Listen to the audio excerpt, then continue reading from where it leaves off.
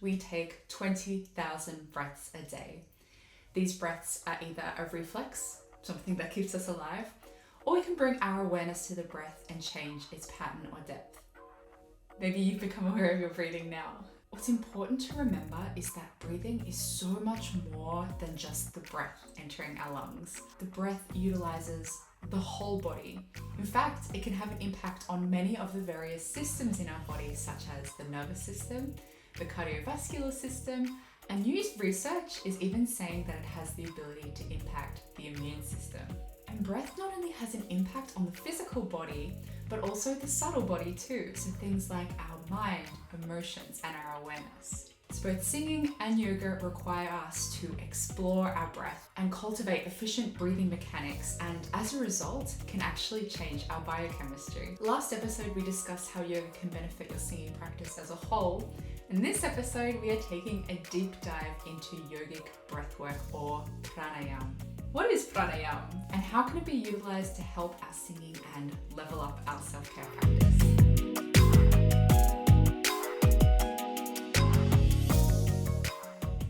Hello lovely ones, this is Livia. I'm a professional operatic soprano, voice teacher, and the founder of Singing for Self-Care. If you like health and heart-based singing, I highly suggest you subscribe because I'm here for you every Monday with tips on your most powerful method of self-care, your voice! Because remember, you and your voice are practically magic. So both yoga and singing are very closely tied with the breath. The method of inhalation in yoga aligns very much with the inhalation we use in singing, in that it encourages the most efficient means of breathing. In both yoga and singing, we focus on diaphragmatic breathing and the feeling of expanding the ribcage and back, all whilst keeping the abdominal muscles nice and loose. Each asana or yoga position is associated with a fluid pattern of inhalation and exhalation, much the same as singing a phrase of music. But on top of this, yoga encompasses various methods of breathwork or pranayama. If you feel like you aren't breathing as deeply or efficiently as you can, maybe you're running out of breath as you sing a phrase, exploring pranayama could be a very rewarding option for you. So what is pranayama exactly? Well, it comes from Sanskrit, where prana means life force or breath, yam means to control, and ayama means to expand or extend.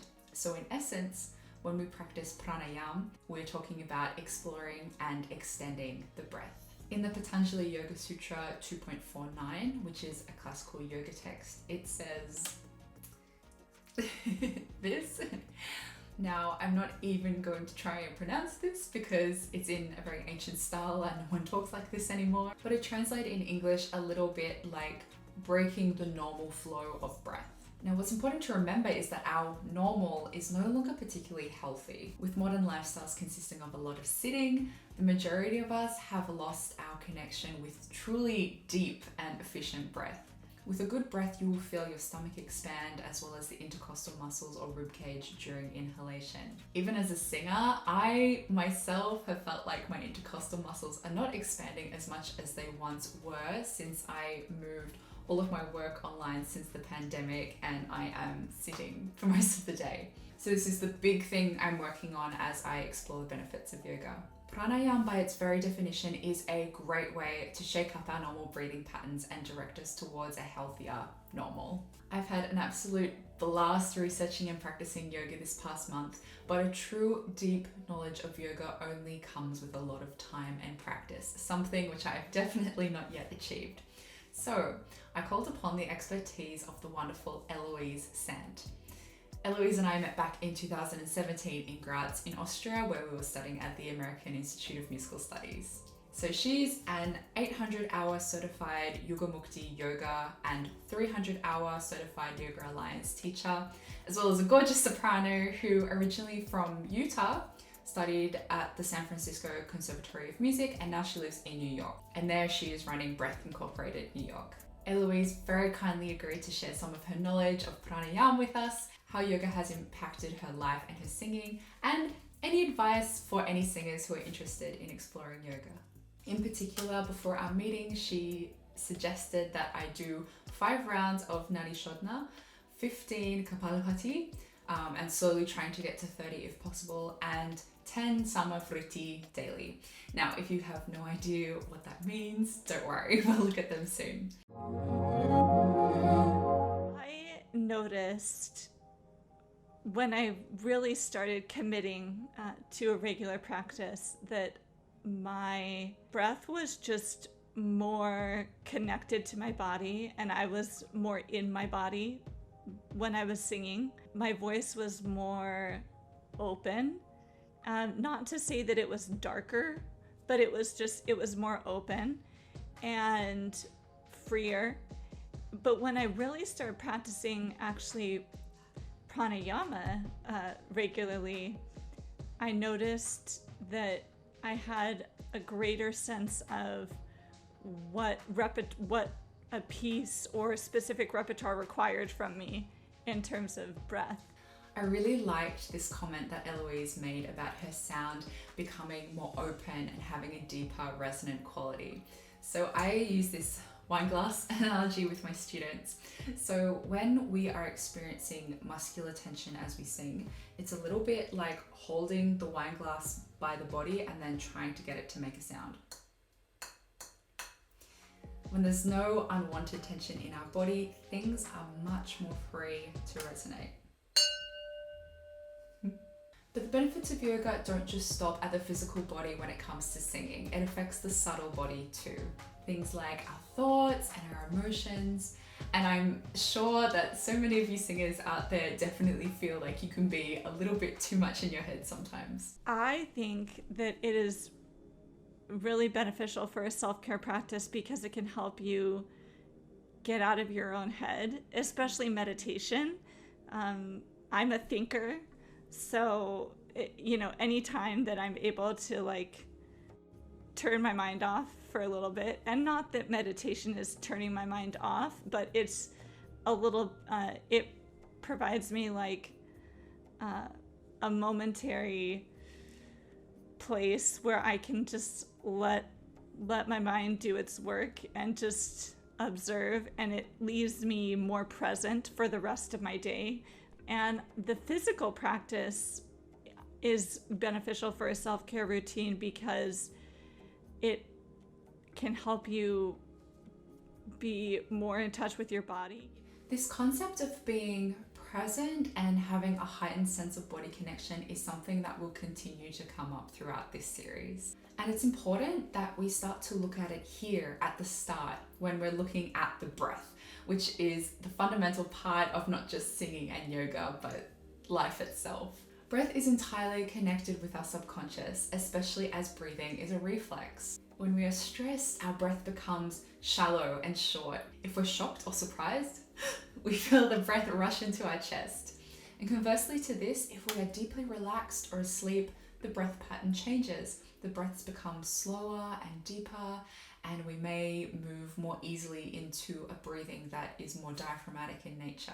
When we're learning to sing, one of the biggest hurdles we overcome is a free release of breath, particularly when it comes to something we think is hard and that we're scared about, like high notes.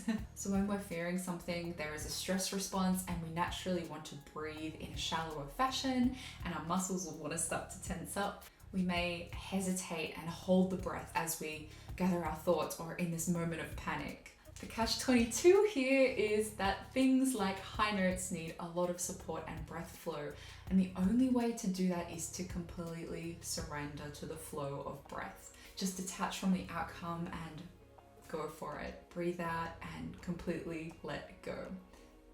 Terrifying at first, but ultimately completely liberating. So where does pranayama come into this? When you're practicing pranayama, you simultaneously become the doer and the observer. Your body is breathing, which happens both voluntarily and involuntarily, and you have the ability to detach and observe yourself breathe. It's almost like you surrender and let life breathe you. There's no judgments or expectations, just presence. And this mindset of acting as an observer to your breath can be a hugely beneficial way of looking at your singing practice, especially if you tend to overthink and overanalyze what you're doing. Because after all, at its core, singing is just breathing out. We've touched on the psychological benefits pranayama might have on your singing practice when it comes to being mindful and acting as an observer. But what about some of the physical advantages? Nadi shodhana was the first exercise Eloise recommended to me. So this is also called alternate nostril breathing. I won't give a tutorial here because I'm a beginner myself, but you can see some demonstrations on YouTube, or even better, you can contact Eloise or join her Yoga for Singers Facebook group. I'll leave the details in the description. Nadi shodhana consists of a cyclical pattern of breathing in one nostril and out the other, then breathing in the same nostril and then out the other. Hence alternate nostril breathing. Nadi shodhana would be a great exercise to start if you're wanting to explore meditation for the first time, as there's enough here to keep your mind occupied on a sole task without it being too busy. Nadi shodhana is great for getting into the habit of nice, smooth legato breaths. So one of your nostrils is blocked, you will feel a slight resistance as you breathe out, which is a nice and gentle way to check if your support is engaged.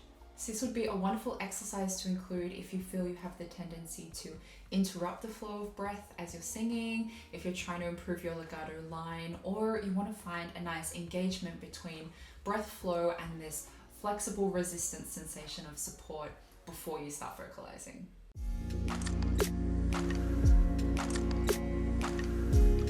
Vritti is also known as box breathing. So here you inhale for a certain number of counts. You can try 4 and then decide if you want to extend it, if it feels good. You hold the breath for the same duration, exhale for the same duration, and then hold at the bottom of the breath for the same duration. So if you started with a count of 4, you would breathe in for 4, hold for 4, breathe out for 4, and then hold again for 4. This has a profound impact on the nervous system, and this pranayama has actually been adopted by US Navy SEALs and other high-stress professions, as it's proven to be one of the fastest ways to calm down. On top of this, if you'd like a direct connection to how this can help with your singing, vritti has many direct parallels with the Farinelli breathing exercise, a favorite of Monsayat Caballé. The Farinelli technique follows the same format of vritti, with the exclusion of the breath hold after the exhale, and for each cycle of the exercise you're going to add an additional count. So given both Farinelli and Caballé are legendary for their immense vital lung capacity and breath control, you may consider adding this pranayama to your arsenal.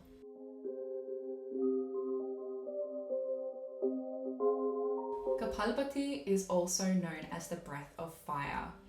It may be a little tricky to coordinate at first, so I definitely recommend contacting a yoga teacher like Eloise to teach you, or at the very least to watch a tutorial on YouTube and start small. In essence, you maintain diaphragmatic breathing as you do short, sharp exhales through your nose. This is a very invigorating exercise because it stimulates the sympathetic nervous system, so it's great to do if you need a little bit of a burst of energy. As far as singing applications, you are conditioning your breathing muscles. You can really feel your diaphragm and your intercostal muscles working quite hard during this exercise.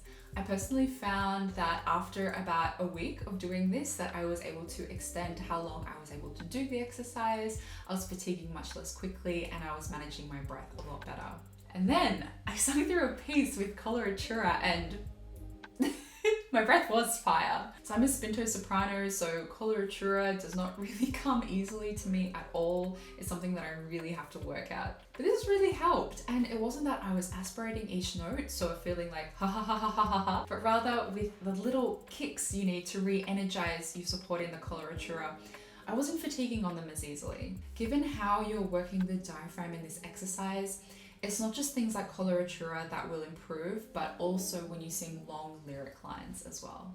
Eloise has some wonderful insights into how the differences in breath speed explored in pranayama not only increase our body awareness and change our biochemistry, but can also help with our breath coordination. But it's a way to connect to your breath in a very conscious way. And, whether it's these long, more controlled inhales and exhales, or it's something that's a little bit quicker, being able to feel the different energy levels. And I think especially it can help us connect to our nervous system. So if you have a breath that's a lot quicker, there might be more of a connection to the sympathetic nervous system, which is kind of what we all have been living in this past year, right? Like the fight or flight. To be honest, that that can really help energize the body if you're breathing a little bit quicker. Longer breaths, I would say, are more in the parasympathetic nervous system area. They can help with the rest and digest. They're very grounding. So yeah, it has helped increase my awareness of the type of breath that I need for a specific piece that I'm singing. And whenever I'm preparing a piece, I always am, speaking it on rhythm and trying to coordinate the conversation between my mind and my body about how much breath I'll actually have to take in. And so I guess I would say that it's made me a little bit more coordinated with my mind, body, and breath, all, kind of working together. I also wanted to question Eloise about some misconceptions people may have about yoga. I had heard early on in my singing journey that yoga should be avoided by singers because you might start holding your breath when you don't want to, or tensing your stomach muscles. Now, even in my very limited yoga experience, I would definitely argue against these points, but I thought it would be best to come from an authority. Given how fluid yoga is, surely it would be very difficult to maintain an unwanted muscular tension throughout a flow of asana. So what could people be referring to? There is a practice in yoga that refers to bandhas, which you may have seen before. It looks like this. Now there are 3 bandha points or locks or stops where the muscles are temporarily engaged. Bandhas are used both in asana and pranayama. Yeah, so there are 3 main bandhas, and I would say they're quite important for the asana practice or the physical poses. When we do pranayama, you can kind of think of them and keep them in mind. You don't necessarily have to be overly vigilant or aggressive about them when you're doing the breathing practices, but they're good to keep in mind and sort of stay in contact with, because Mula Bandha is at the base of your spine, your pelvic floor, those muscles. Uddiyana Bandha is right near the navel and sort of where the lower abs kind of meet the upper abs. And then Jalandhara Bandha is chin lock. And I don't know if I like to think of them as locks, because then that kind of gets a lot of tension into my neck. But what it really helps with is just finding length with the back of the neck, and kind of you'll gaze a little bit more forward and down, and you'll bring the chest towards the chin at the same time you're bringing the chin towards the chest. With what you were just saying about like the term lock and how that might denote a little bit of tension or something, but then when you were describing it about a lengthening and moving your gaze and things like that, it still seems like it's quite an active process, that nothing is going to be kind of held or like locked in a in the traditional sense of the word. Yeah, very true. And I say that the same with any pose too. Even if we're in like a downward facing dog for 5 breaths, it's never static. Even if you're not like making huge movements, you'll still kind of, at least I do, constantly have these micro adjustments going on while you're experiencing the pose. What is the relationship with the bandhas and the inhalation? That's a good question. I think the bandhas actually can help us sort of direct the inhalation and exhalation. And I don't want to say manipulation of the breath, because we want breath to flow, but maybe more of like a consciousness, a conscious connection with the breath. And so, yeah, I would say that the bandhas sort of help us kind of direct the airflow where we want it. Is there anything you would recommend for singers that are exploring Bandha, that nothing gets too held in the process? I think the main thing would be just notice if you are using muscles that aren't actually involved in the bandha, or if places are working that don't need to be working. That is probably the biggest thing. If you watched last episode, I mentioned that one of the big things I'm looking to explore with yoga is opening up my rib cage. With all the sitting I've been doing in my home office over quarantine, I noticed that my intercostal muscles had become very lazy and not expanding enough as I sing. Already with doing yoga warm-ups daily, I can feel that this is starting to correct itself. And now that I feel that the area is opening up again, directing the breath there with pranayama has been a really valuable experience. So starting with the slower breath speeds of nadi, shodhana and some vritti allowed me to connect with an awareness of opening my rib cage. And then something more energizing like kapalabhati, where the inhale, it's more of a quick reflex. I could feel the ribs open as my body automatically was trying to find an efficient mode of breathing. So, thumbs up. If you do start to incorporate any type of breath work, do use caution and common sense. Be aware of your boundaries. When you're working on things like breath holds, never force them. They will naturally become longer as you relax and center into it, and obviously the more you practice. You will be able to breathe very slowly and very deeply over time. If anything is uncomfortable, stop. Don't practice pranayama in a dangerous environment, and of course, check with your doctor first, especially if you have a known medical condition. When I asked about yoga as a self-care practice, Eloise had this to say. You know, I don't think it's necessarily about being stronger or more flexible. It's just about being able to listen to your body and what it needs. You know, and on a given day, there might be days where something more vigorous is helpful and days where something more restorative is really helpful. I think that's because when we spend time on ourselves and care for ourselves, we have more energy to care for others and, you know, be around and present with them. What part of your singing technique are you going to explore with yoga, and especially pranayama? Let me know in the comments below. A big thank you to Eloise for her amazing generosity in sharing her knowledge with us. All her details will be in the description of this video. And thank you for hanging out with me. Next week, we are talking about exploring the core, where we will be joined by Rosie Secker of Fox Yoga. Until then, I wish you a wonderful week, and I will see you next Monday. Bye.